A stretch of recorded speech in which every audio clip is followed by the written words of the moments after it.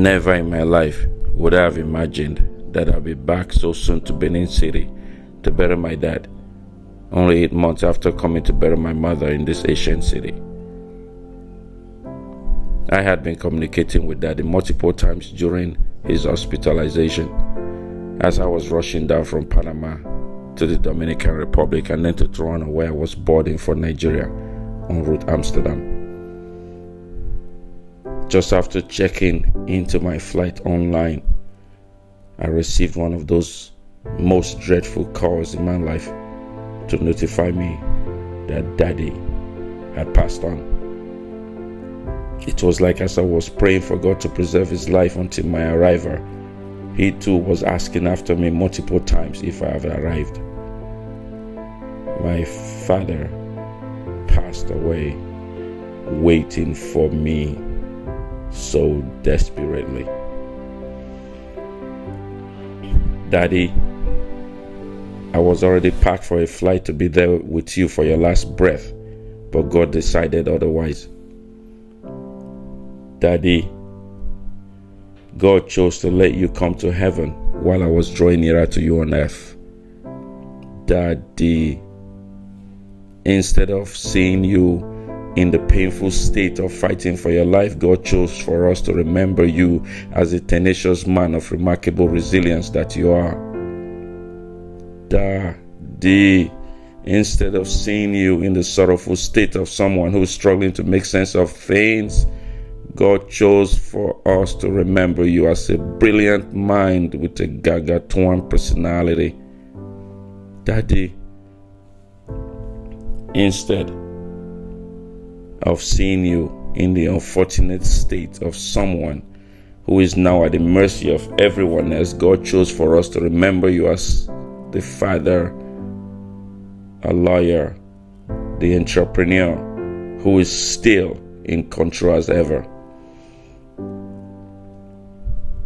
I left my father and mother and migrated from Benin City about 33 years ago as a teenager, and did not have a strong relationship with Daddy because of far too many reasons. Therefore, I didn't know him as much as I could and should. So, who is my father? Who is Daddy? Who is the one many refer to as Anthony Efe Obedi Ihama Esquire? What are his family roots and relationships with the royal family and everyone else?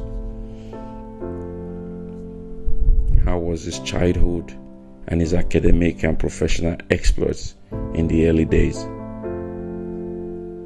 What inspired Daddy to drastically change from a thriving electrical engineering profession to become a brilliant lawyer of such an admirable national repute? Why do his colleagues refer to him as a legal Colossus, a man with a significant impact on the legal profession? What was Daddy's purpose in life? What was the groundbreaking vision God used him to initiate and the dreams he achieved? What are some of the leadership, professional, and entrepreneurial qualities we can all learn from Daddy's life? Daddy was quite a unique human being. Yes, we are all unique, but his uniqueness was extraordinary. I would say a man of all seasons and an Iroko of a man. Others have considered him a legal Colossus, and others as someone with a gargantuan personality.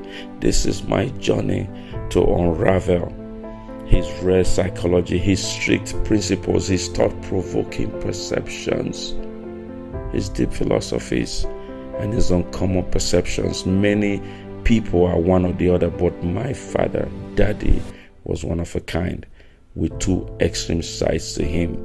Daddy was simple yet complex. Daddy was soft yet hard. Daddy was kind and yet aggressive. He was driven and yet laid back. Daddy could hold conversations with the learned and illiterate, the rich and the poor, and people who others may consider somebody, as well as those some may consider as nobody, Daddy neither considered himself too much to associate with anyone, nor too small to not associate with anyone. Daddy was more than a solicitor, than an advocate. Daddy was more than being a writer and a publisher. Daddy was more than a father and a friend, more than just a Christian and community advocate.